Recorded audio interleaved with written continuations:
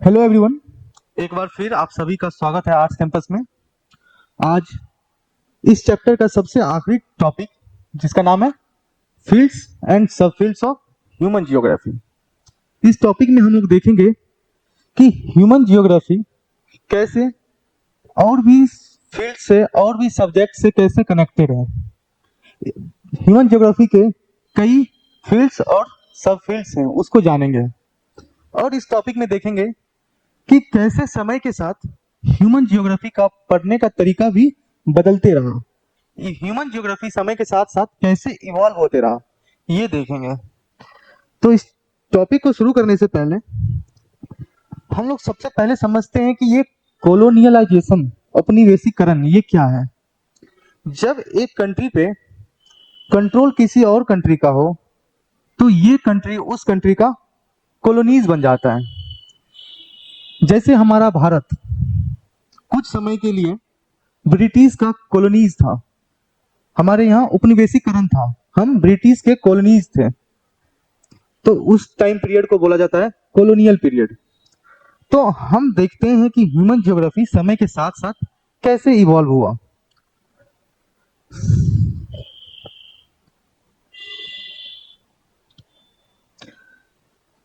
सबसे पहले है कि अर्ली कॉलोनियल पीरियड, ठीक है, यानी जब कॉलोनियलाइजेशन स्टार्ट हो रहा था, जब हम ब्रिटिश के कॉलोनीज बन रहे होंगे, उस टाइम सोचिए सबसे पहला क्या हुआ होगा। अच्छा, हम ब्रिटिश इंडिया का आगमन जब इंडिया में पढ़ते हैं तो क्या पढ़ते हैं सबसे पहले, कि सबसे पहले वास्को डी गामा भारत आए, फिर उसके बाद बाकी गवर्नर आए। तो उसी तरह से अर्ली कॉलोनियल पीरियड में हमको क्या देखने को मिला, एक्सप्लोरेशन और डिस्क्रिप्शन। इसमें क्या हुआ, बहुत सारे स्कॉलर जो है वो ट्रेवल करने लगे, वो एक्सप्लोर करने लगे बाकी रीजन को। ये वो पीरियड है जब पोर्टुगल, जब डार्क एज खत्म हुआ था, फिर से रेनेसा पीरियड शुरू हुआ था, और पोर्टुगीज और स्पेन जो है ये खोज में निकल गए थे बाकी अन्य रीजन पे। तो ये उस टाइम का पीरियड है। तो उसी तरह से यहाँ भी ह्यूमन ज्योग्राफी में भी अर्ली कॉलोनियल पीरियड में क्या देखने को मिलता, एक्सप्लोरेशन और डिस्क्रिप्शन, यानी imperial trade and interest promoted the discovery and exploration of new areas. इस टाइम पीरियड में क्या हुआ, हम लोग नए एरियाज को एक्सप्लोर करने लगे। An encyclopedic description of the area formed an important aspects of the geographers account. अब क्या हुआ, जो स्कॉलर, जो जियोग्राफर एक्सप्लोर करने गए, उन्होंने जो जो देखा, जो जो स्टडी किया, उसको उन्होंने अपने अकाउंट में लिखना शुरू कर दिया। ये वो पहला पीरियड था, अर्ली कॉलोनियल पीरियड। उसके बाद क्या आया, उसके बाद है लेटर कॉलोनियल पीरियड। ये वो समय है जब कॉलोनीज खत्म होने लगा, जब ब्रिटिश यहां से जाने लगे। उस टाइम पीरियड में क्या हुआ, हम लोग खुद के लाइफ में देखते हैं कि जब यहाँ से अंग्रेज जाने लगे तो क्या हुआ, हम लोग अपने रीजन को एक्वायर करने लगे, अपने रीजन को पढ़ने लगे। तो उसी तरह से जियोग्राफर भी जैसे लेटर कॉलोनियल में पहुंचे, क्या पढ़ने लगे, रीजनल एनालाइज होने लगा। इसमें क्या हुआ कि हमें अर्थ को समझना है तो इसके जो बाकी छोटे छोटे रीजन हैं,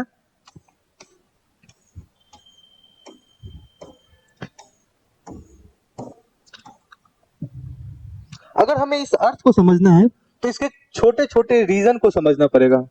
अगर हम इस छोटे छोटे रीजन को अगर हम समझ गए तो मतलब पूरे अर्थ को समझ जाएंगे। तो यहाँ पे लेटर कॉलोनियल पीरियड में क्या देखने को मिला, रीजनल एनालाइज होने लगा, कि एक रीजन को डेप्थ में समझने लगे, हम लोग एक रीजन को स्टडी करने लगे। ठीक है, अगर हम हर एक रीजन को समझने लगेंगे तो उसी धीरे धीरे हम उस पूरे स्टेट, उस अर्थ को समझने लगेंगे। तो ह्यूमन जियोग्राफी लेटर कॉलोनियल में रीजनल एनालिसिस करने लगा। ठीक है, इसमें क्या हुआ, elaborate description of all aspects of a region, एक रीजन का एकदम डेप्थ में हर एक एस्पेक्ट से उसका स्टडी कर होने लगा। ठीक है, यानी इसमें क्या, the idea was that all regions were part of a whole. ये छोटा छोटा रीजन मिलके ही ये एक पूरा अर्थ बनेगा। ये रीजनल एनालिसिस था। कॉलोनियल पीरियड से पहले हम लोगों ने देख लिया कि जब कॉलोनियल पीरियड स्टार्ट हुआ तो लोग एक्सप्लोर करने गए, फिर उन्होंने अपने अकाउंट में लिखा। फिर हम लोगों ने देखा लेटर कॉलोनियल पीरियड, जब कॉलोनियल पीरियड खत्म होने लगा तो उस टाइम रीजनल एनालिसिस इवॉल्व हुआ, ह्यूमन जियोग्राफी को रीजनल एनालिसिस से हम लोग पढ़ने लगे। ठीक है, अब हम लोग बात करेंगे 1930s through the inter war period. ये वो टाइम पीरियड है जब वर्ल्ड वार 1 2, इस वर्ल्ड वार के बीच का ये टाइम पीरियड है जब वहां पे क्या देखने को मिला, एरियल डिफरेंशिएशन। यहाँ पे क्या किया, एक रीजन को दूसरे रीजन से अलग करके पढ़ा गया कि हम जानते हैं कि एक रीजन दूसरे रीजन से अलग होता है, सबका यूनिक कैरेक्टरिस्टिक्स होता है। ठीक है, तो उसी तरह से एक रीजन दूसरी रीजन से कैसे अलग है, इस चीज को पढ़ने लगे हम, रीजन को एक दूसरे से डिफरेंशिएट करने लगे। The focus was on identifying the uniqueness of any region and understanding how and why it was different from other। हम क्या देखने लगे कि किसी रीजन का यूनिकनेस वो दूसरे रीजन से कैसे अलग है, और समझने का कोशिश किए कि क्यों और कैसे वो एक रीजन से अलग है। ये हो गया एरियल डिफरेंशिएशन। ये हमको इस थर्ड पीरियड में हमको देखने को मिला। इसके बाद हम लोग क्या देखें, late 90s 50s and let 1960s। इस टाइम जो है ह्यूमन जियोग्राफर जो है स्पेशल ऑर्गेनाइजेशन के अप्रोच से पढ़ने लगे। क्या हुआ, marked by the use of computers and sophisticated statistical tools. ये वो टाइम पीरियड है जब कंप्यूटर्स का आ गया। अब कंप्यूटर बेसिस से पढ़ने लगे, स्टैट्स डेटा पढ़ने लगे। इसमें क्या हो गया, क्वांटिटेटिव रिवॉल्यूशन। इस टाइम हम लोग डेटा को एक्वायर करने लगे। ठीक है, in law of physics were often applied to map and analyse human phenomena. यहाँ पे क्या हुआ, अब हम लोग लॉ ऑफ फिजिक्स को अप्लाई करने लगे मैप में, डेटा, स्टैट्स, ये सब मतलब क्वांटिटेटिव, मतलब लार्ज नंबर में हम लोग हर चीज को एक्वायर्ड करने लगे। एक पर्टिकुलर चीज को पढ़ने के लिए हम बहुत सारा डेटा एक्वायर्ड करने लगे, हर एक नंबर से, हर एक तरह से, हर एक एस्पेक्ट से, उस स्पेशल चीज के बारे में, एक पार्टिकुलर रीजन के बारे में एकदम डेप्थ में स्टडी करने लगे। वो हो गया स्पेशल ऑर्गेनाइजेशन। बेसिकली ये क्या, quantitative revolution. The main objective was to identify mappable patterns for different human activities. क्या हुआ, इसमें जो ह्यूमन जो एक्टिविटीज करते हैं उसको मैप पे रिप्रेजेंट करने के लिए क्या चाहिए, डेटा चाहिए, नंबर्स चाहिए। तो इसमें वो नंबर्स का स्टडी होने लगा, क्वांटिटेटिव रिवॉल्यूशन इसे कहा गया है। 1970s तक आते आते हमारे आसपास हमारे स्कूल्स डेवलप हो गए, स्कूल ऑफ जियोग्राफिकल थॉट्स। इसे हम आगे भी पढ़ेंगे क्या होता है स्कूल ऑफ थॉट्स। यहाँ पे ना बहुत कंट्राडिक्टिव अप्रोच आ जाता है कि एक स्कूल ऑफ थॉट आया, उसने एक थ्योरी को सपोर्ट किया, फिर दूसरा आया, उसने कुछ चेंजेस लाया, या फिर उसने अपना दूसरा थ्योरी लाया।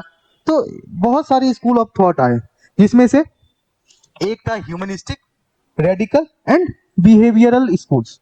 ये 3 स्कूल्स आए इस टाइम पीरियड में। ठीक है, इस तीनों को हम देखते हैं।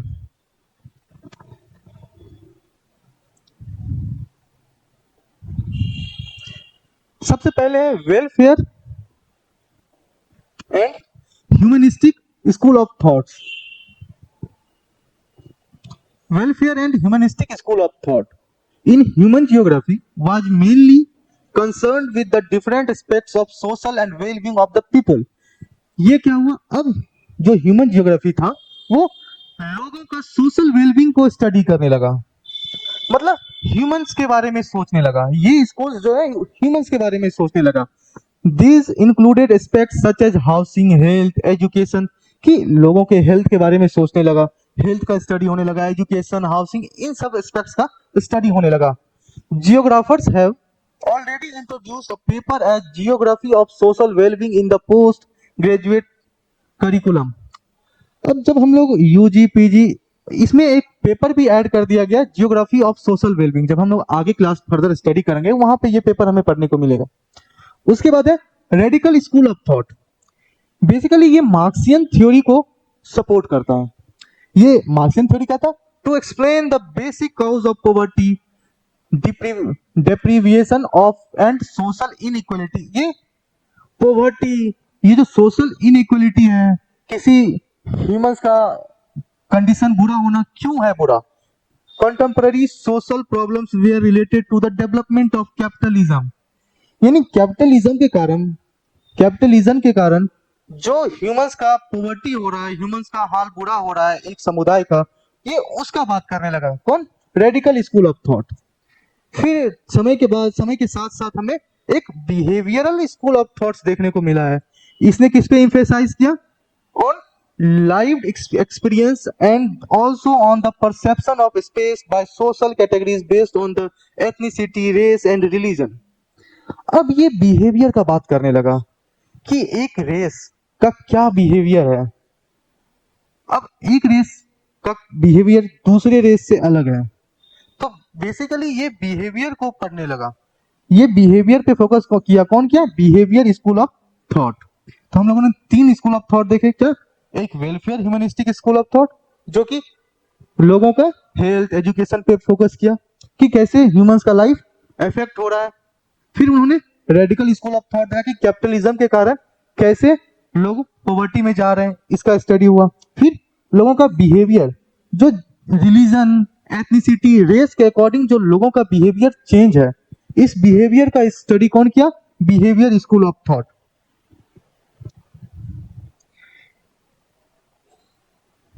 ये जो हमें वेरियस स्कूल देखने को मिले, ये इसका टाइम पीरियड क्या था? 1970s के आसपास ये 3 स्कूल्स का हमने डेवलपमेंट देखा।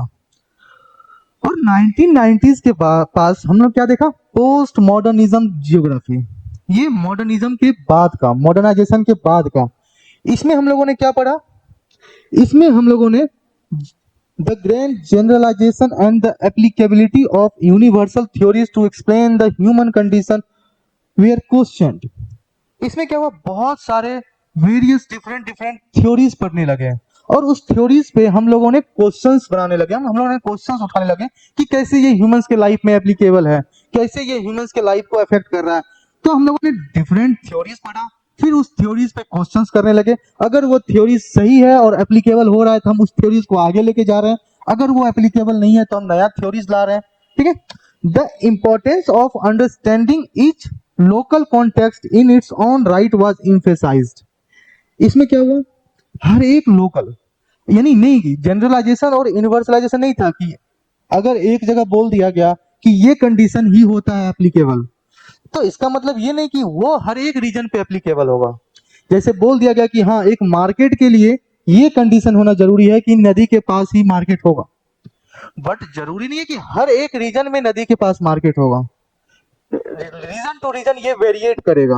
तो क्या कह रहा है इसमें कि हमें उस रीजन को डेप्थ में स्टडी करना पड़ेगा। उस रीजन के लिए एक अलग से थ्योरी आएगा जो सिर्फ उस रीजन का बात करेगा कि उस रीजन में मार्केट क्यों लगना चाहिए या उस रीजन में मार्केट क्यों लग रहा है, क्योंकि हर जगह हर एक रीजन पे फैक्टर्स अलग अलग हो सकते हैं। तो यहाँ पे क्या किया?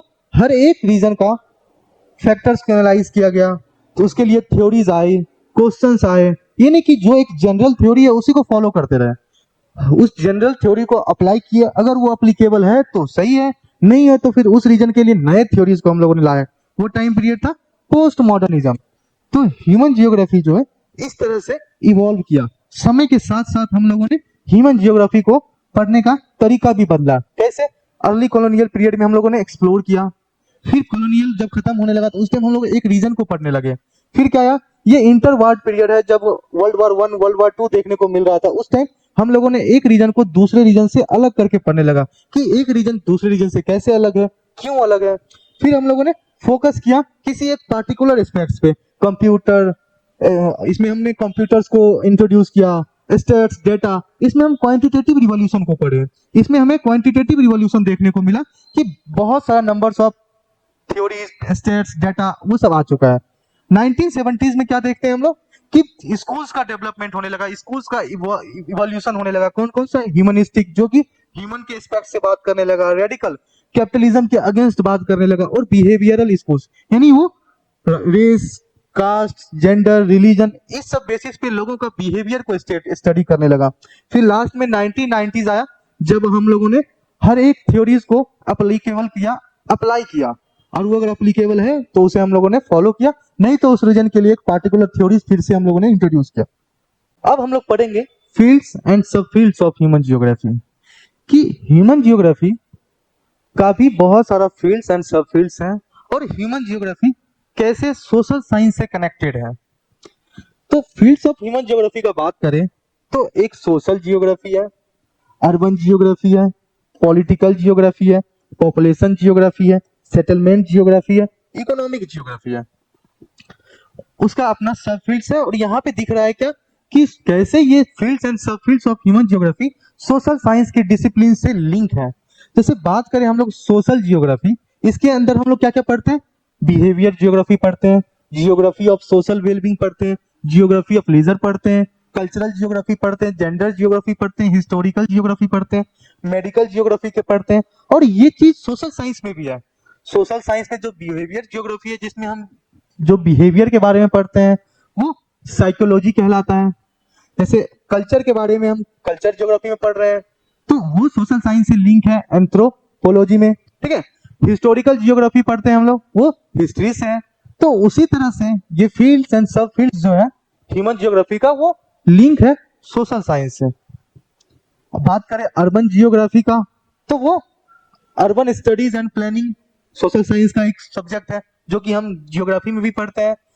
तो ये जो सब फील्ड्स है, जब हम लोग हायर एजुकेशन के लिए ग्रेजुएशन करेंगे तो ये सारा सब फील्ड्स जो है वो एक पेपर बन जाएगा। आपको एक सेमेस्टर में बिहेवियरल ज्योग्राफी पढ़ने को मिलेगा, एक सेमेस्टर में आपको कल्चरल ज्योग्राफी पढ़ने को मिलेगा, एक सेमेस्टर में आपको हिस्टोरिकल ज्योग्राफी पढ़ने को मिलेगा, एक सेमेस्टर में आपको ज्योग्राफी ऑफ एग्रीकल्चर ज्योग्राफी पढ़ने को मिलेगा, resource geography, urban geography, population geography, settlement geography. ये फील्ड्स और सब फील्ड्स जो है ये एक पेपर बन के हमें हायर एजुकेशन में, जब हम लोग हायर स्टडीज करेंगे तो उस टाइम ये एक पेपर बन के हमारे सामने आएगा। तो ऐसे ही बात करते हैं पॉलिटिकल जियोग्राफी का। इसका सब फील्ड्स क्या हो गया?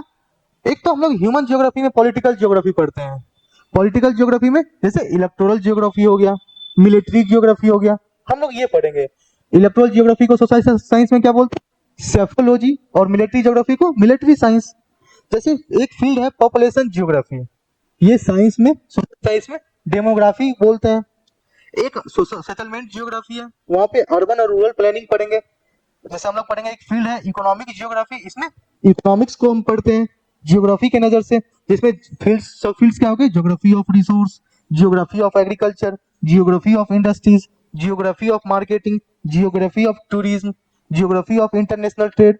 तो ये सब जो है ये फील्ड्स है ह्यूमन जियोग्राफी का। और इस फील्ड्स के अंदर हम लोग क्या क्या पढ़ते हैं? वो है सब फील्ड्स। और ये सब फील्ड्स और फील्ड्स जो है सोशल साइंस से कनेक्टेड हैं। हम लोगों ने फर्स्ट क्लास में मैन एंड अर्थ का बात किया था। क्या था अर्थ में? लैंड। हम लोगों ने लैंड से पढ़ा, क्या निकाला?